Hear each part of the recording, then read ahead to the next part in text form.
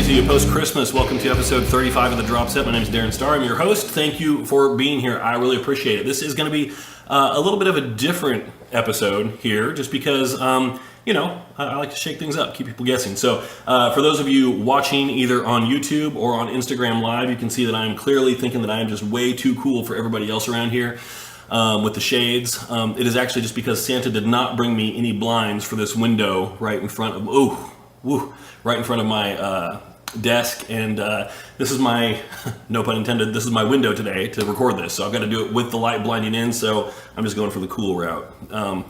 This is going to make for some terrible video, I think, but we'll see how it goes. Anyway, what do we got here? I'm going to skip all the, week that was, etc., just because it was Christmas. It was kind of a, it was a week to worry about other things. So, there were gym closures, there were, diets that were manhandled. Some people did theirs, decently, some people not so much.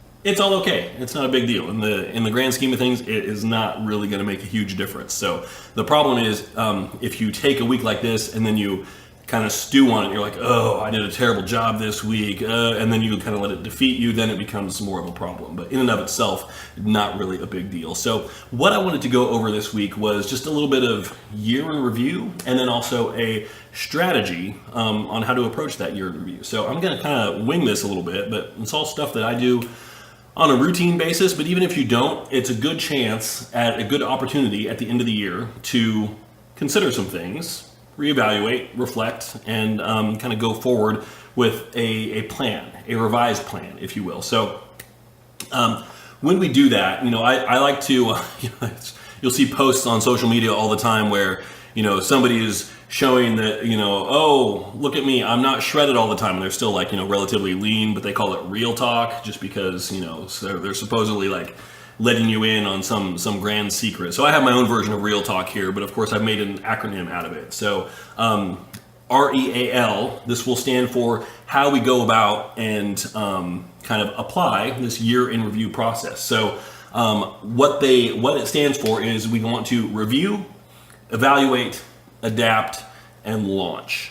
So if you can do those four things, so look back and assess what happened, come up with a plan of attack on how to do things differently if you need to, and then prepare to take action. That's all that you really need to do. So let's start with that by reviewing. So how do we review? So this is where, with clients that I work with, it's really easy because they've been sending me stuff for however long we've been working together. So I've got all kinds of things that I can review with them. We can go over photos. We can go over old workout logs. Every plan that I send to a client, it has a tab in it where all I'm doing is writing a quick summary each week of what we're talking about. So you can just glance at that and kind of look back through things, and with something like that, and you can do the same thing on your own. Just journal something in a Word document. Just write a sentence or two each week so that you have some kind of record beyond just photos, selfies, videos, but something that kind of gets into your mindset so that you have something later on that you can look back on, something that you wouldn't necessarily remember. You'd be like, oh man, I forgot there was that whole month where I was helping my parents with stuff and I was out of the gym, and it kind of helps put things in perspective. Or, oh yeah, there was that time when I tore my ACL and I was out for however long, or I slammed my thumb in the car door and I missed a week of working out, and whatever. I mean, those are all things that you're going to forget if you don't actually make some kind, well, maybe you won't forget a torn ACL or a thumb in the car door, but the little things, you have a good chance of forgetting those things as the weeks tick away and as the year, as that part of the year gets further and further and further in the rearview mirror. So it's helpful to go back and review written things like a note. And if you're not doing that, I would highly encourage you to start doing that right now. Review your logs, your scale logs, your workout logs. Flip back 6 months and see what kind of poundage you were lifting on certain things. Compare that to what you're doing now. Or is it similar? Have you progressed? Just take note of those kind of things and look at that.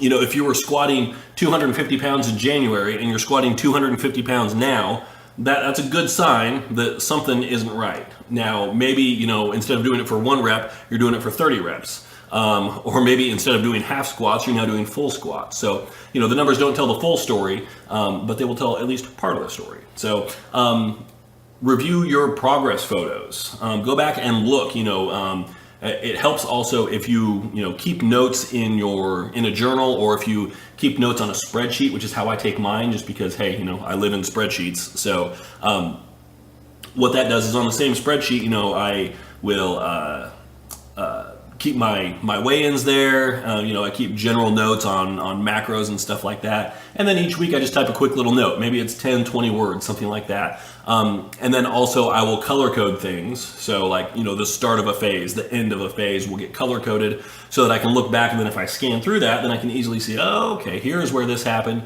So that you can kind of chart your progress over the year. And anything that's noteworthy needs to be plugged in there as well. Like, I would say, if I was really being OCD about it, which I tend to be, if there was a stretch of time, like if there was 2 weeks where, like there was this year, where it was towards the end of my cut and I just couldn't keep it together because my parents were visiting, we were selling a house, we were buying a house, and we were moving all in the same 2-week stretch. So I would go back and I would color code that whole 2-week stretch gray. Be like, this was kind of lost in a fog here, just for a little perspective. So I would go back and I'd look at my weigh-ins and I'd compare my photos around that time, and just note that, okay, I didn't really hit my peak because things kind of fell off the face of the earth right when they needed to kind of get ramped up, which just goes to show you, no matter how much you plan, there's always something that can come up and squash your plans into the ground. So review photos, review videos, review workout logs, review scale logs, review your written notes on things. This is all stuff where if you do it, you can review stuff in a matter of minutes. This doesn't need to be a day-long process or anything like that. Kind of goes hand in hand with that, evaluate. So we're not just looking, but we're really digging into those numbers and evaluating. And I would say not so much doing like analytical evaluation, like, oh, well, let's look at the numbers. Let's see, what my average weight gain or weight loss per week was. Let's see, my percentage of weights that increased or anything like that. No, just think about it. More of like qualitative evaluation than quantitative evaluation. So what I'm looking to do here is come up with some kind of an assessment. Give yourself a letter grade. How did you do? You could look at the year as a whole. You could break it down into phases. And the idea with this is to be fairly non-judgmental about it. But just look at how you've done and pretend it's somebody else's numbers and, grade that person. How did they do? And be objective about it. Be honest about it. Don't be overly harsh, overly critical, and don't give yourself too much slack. But just try and put on your most objective hat that you have in your closet and see how you can get it done. I think maybe, hey everybody, sun's out of my eyes now. So try that. So we're reviewing and evaluating. Those can be kind of a simultaneous process. The next thing that we want to do is adapt. So as part of the evaluation process, you should have an idea of how well things went. And now what we want to do is find a way to make things better. So was it what we're looking to do here is, in this, I don't want to harp on the failures, but we learn more from our failures than we do from our successes. So the stuff that you excelled at, great. Make a note of that and then say, how can I excel better? Or how can I continue to excel at this? And the things where, failure is kind of a harsh word, but the areas where you fell short of your expectations, or you fell short of how, precisely or how hard you wanted to hit something, or how well you wanted to do in a certain area, think about how you can approach that differently. What was the problem? You were following a meal plan and you gave yourself a B- on your adherence to the meal plan, kind of big picture for the year.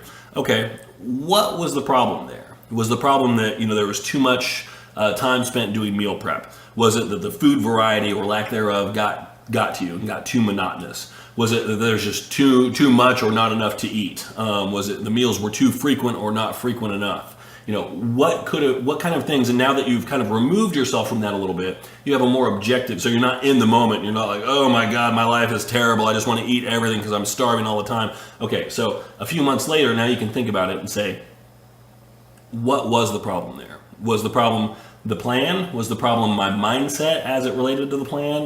Was the problem my time management?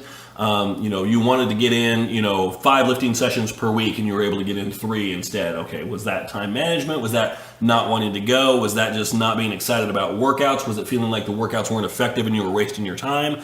What we want to do is, come up with some adaptations where you can, realistically just look at this and say, this is where the struggles were. This is these are the things that really made it so that I succeeded or kept me from succeeding as much as I wanted to. So review and adapt, that happens fairly, pretty much together.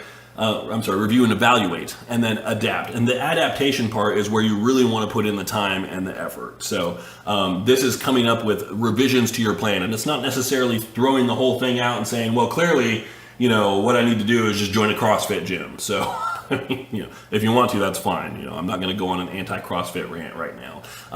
But it's not necessarily, or maybe you need to just do Zumba, 14 times a week. Maybe no, you don't necessarily need to throw away everything and start over from scratch. Small changes, like, maybe, if you've been winging on your workouts, like, maybe I just need to, get some guidance on my workouts, like find a quality plan somewhere and follow that and really commit to it and stop freelancing all the time. Or if you've been doing a flexible dieting plan and you find that, a little flexibility goes a long way, but ooh boy, it sure is easy to kind of start missing those numbers. So you get a great degree of flexibility built in, but it kind of, it kind of hurts on the precision side of things, because with that flexibility, you find yourself making decisions that, oh, this isn't so good, and now suddenly you're over on numbers. So maybe that's a problem. Maybe trying a meal plan, or vice versa. Going from a meal plan to macros would help. Maybe instead of trying to fit in Oreos and Pop-Tarts into your macros every day, try some more clean options that are higher volume. Higher quality foods, more micronutrient dense. It might make a difference. So those are things where you can look at how things unfolded in the previous year and just kind of, give yourself a chance. I mean, don't rush this, but you don't need to spend hours and hours on it either.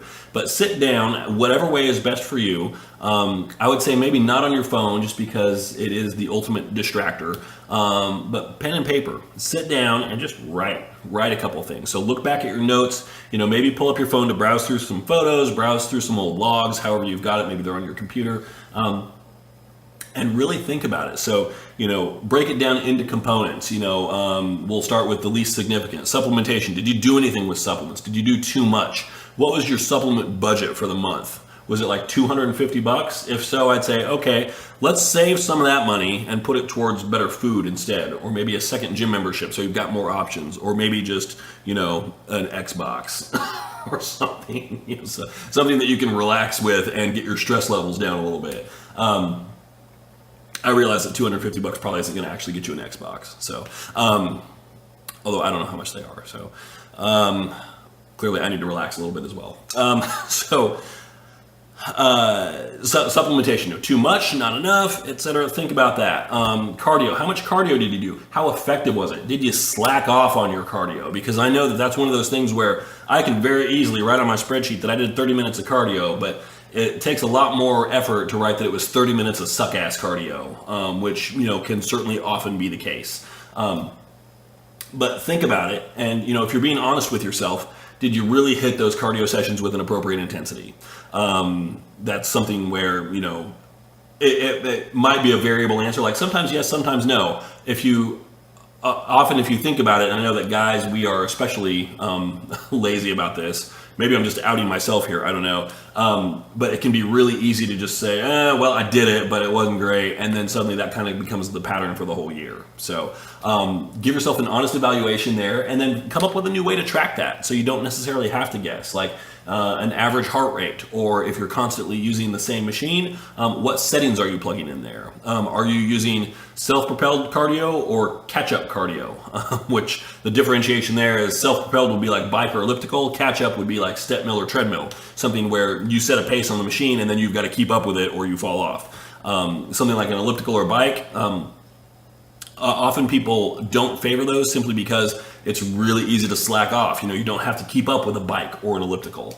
You just pedal as fast as you need to, and if you want to slow down, you can. So when people talk about a treadmill or a step mill being more effective for cardio, that's the reason why. It's not because there's something mechanically more advantageous about those. It's just that you're forced to kind of keep up with the machine. So it necessarily then becomes something that's harder to slack off on, therefore it's more effective. So unless you just have a really great mindset and you don't slack off when you're doing something that is self-propelled or self-led, in which case, great, that's every bit as effective as well. So think about your cardio, think about your diet. We talked about macronutrients versus a meal plan. If we're on macros, check out your ratios. If you're on a meal plan, look at your ratios as well. You're on a meal plan, you should still know what the macronutrients are. So look at that, see if maybe an adjustment needs to be made there. If you're on a macro-based plan, how clean was it as opposed to how dirty was it, and maybe an adjustment needs to be made there. Look at your ability to adhere to it, as I kind of alluded to before, and see if there are ways that you can improve there. Like maybe fewer meals is the solution. Maybe shifting around your carb and fat ratio a little bit. Going lower carb, higher fat if your body tolerates that, or the other way around. Those are all things worth considering at the very least. So that is all about adaptation. So, and then training, of course, there's so many ways that you can adapt your training. I find a lot of people, the biggest problem that they have is they go into the gym without a plan necessarily. So, okay, sure, we could interpret this as a subtle push for me saying, yeah, I've got workout plans up on my website, but seriously, just, I think that clearly I'm biased. I think the ones that I write are great. They're high quality, and there's supplementary materials attached with those as well. But you can go to a lot of places and find workouts just so that you're not going into the gym empty-handed. You're not just doing the stuff that seems appealing, like oh, it's back day. Okay, well I'm going to do wide grip pull downs, close grip pull downs, reverse grip pull downs, machine pull downs, straight arm pull downs, and then I'm going to leave. Like, you want to row something? You want to do a rack deadlift? Maybe you want to do a dumbbell row? Anything like that? I mean, if you go into the gym without a plan, hey Alex on Instagram, how you doing, man?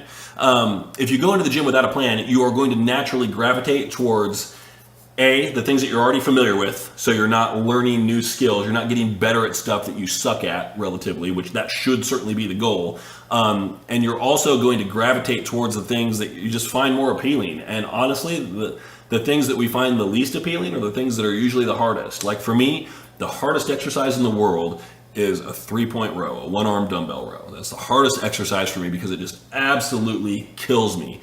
Because if I'm going to do it correctly and I'm aiming for relatively low weight and I'm not trying to, have totally robotic control over the weight that I'm moving, but I'm trying to, really get it done, then, I'm going to be moving like somewhere between 120 to 150 pound dumbbells. So the thing is, just grabbing that thing and getting it into position is such a pain in the ass.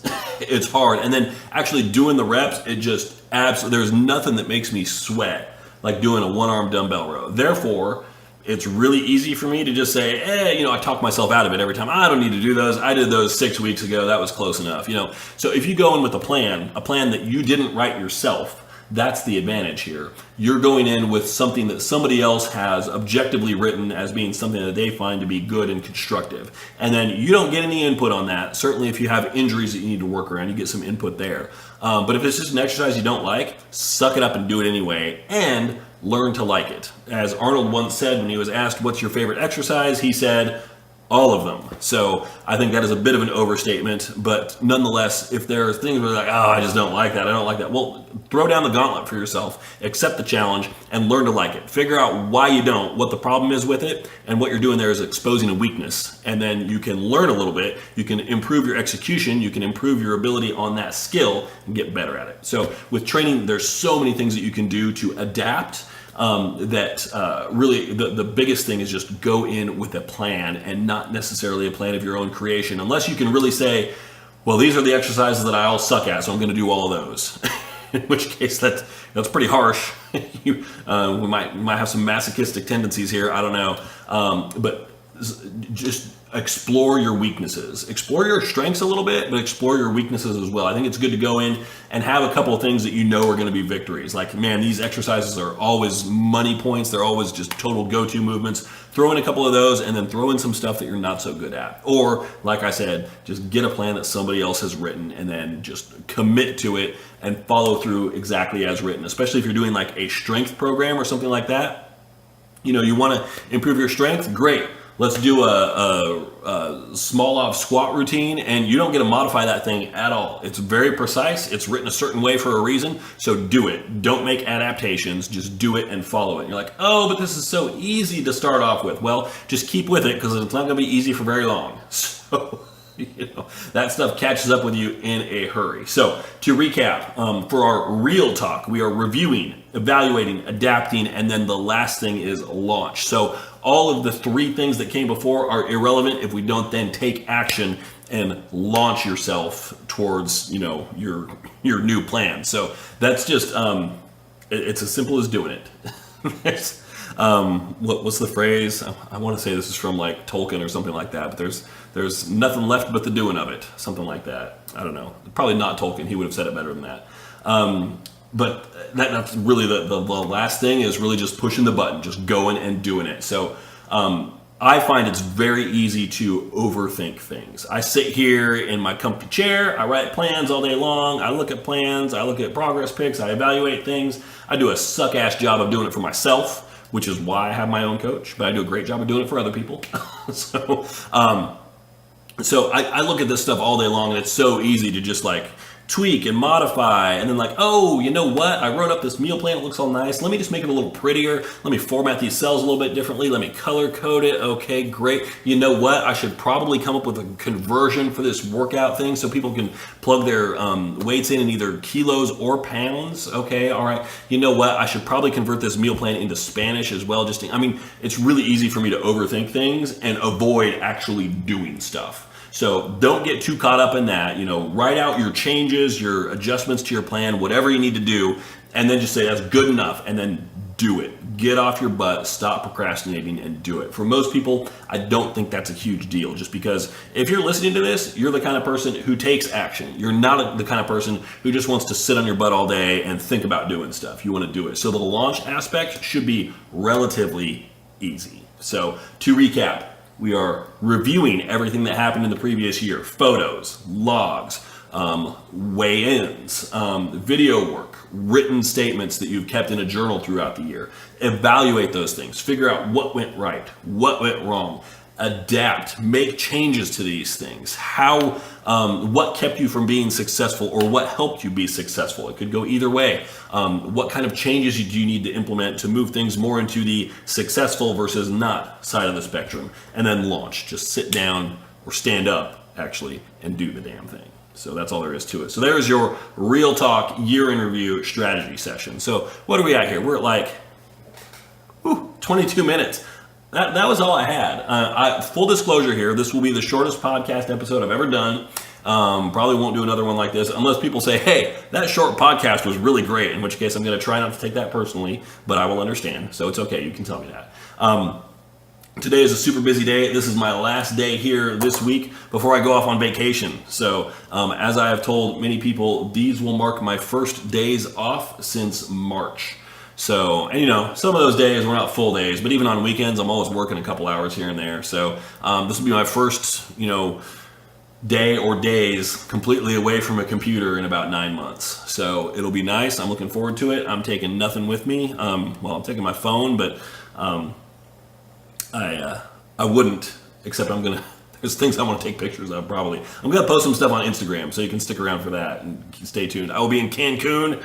I will not be hitting macros. I will be testing the evaluation of alcohol as a macronutrient. So we'll see how that works. I did a decent job of keeping things steady through Christmas, and then on today's Wednesday. On Monday, my wife said, so I'm looking at vacation options, because she's a teacher, so she has limited windows where she can hit stuff, and it's always difficult. We have a tough time coordinating our times off throughout the year, so mainly because I don't take any, as has been discussed.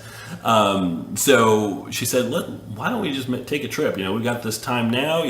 We've got our old little dog Bella is, she's getting really old, so we're worried about leaving her for any stretch of time, but she's doing good right now. So we're gonna have a friend come and stay with her, so they'll be fine. So we're gonna get out of here, spend 3 nights, 4 days down in Cancun, where I've been a couple times before. So this will be nice. And I will be enjoying being off the grid for a little bit. So anyway, that's all I've got. So I'll be thinking of you when I'm there. That might be a lie, actually. I'm going to be thinking about what drink I'm going to have next. I might hit some workouts, too. I don't know. We'll see how it goes. I will not be doing any cardio unless, laying in the sun is... Dean says, screw the macros. I will. Like I said, I'm just going to do a little bit of experimentation and see, if my alcohol intake can offset my lack of proteins, carbs, and fats. So we'll see how it goes. I'll keep you all posted. I know it's hard work doing the heavy research and the heavy lifting like that, but I'm happy to sacrifice myself to bring you guys better information. So we'll see how it goes. I will not be holding back. So it's been a long time, so I will make the most of it. Got a thumbs up there from Kendall. Thank you. Hope you're feeling better. So, all right. So that's it. I'm closing out for this week, this episode, and this week. I've got a little bit more check-in work to do with clients, get a few more things taken care of off the plate. But after that, I'm out of here. So I'll catch up with you all next week. We'll talk about, hey, whatever. It'll be a new year, so we'll ring in the new year with something. Something interesting. Boy, I've set the bar high now. It has to be interesting. Shit, I'm screwed. So I'll be thinking about that while I'm gone. Probably not. Okay, so anyway, thank y'all for watching or listening. I appreciate it. Usual suspects as far as places go. Instagram at Darin_Starr, Facebook.com/5starphysique, YouTube.com/5starphysique, 5starphysique.com, Pinterest. Yes, I'm on Pinterest. I'm posting stuff there on an almost daily basis. New content, a lot of it on Pinterest. So check it out there, 5-Star Physique on Pinterest. Thanks. So, Jayhawk's Life, thank you. Appreciate it, sir. So I'll catch up with you all next week. Have a great time, and Happy New Year to everybody, and a belated Merry Christmas.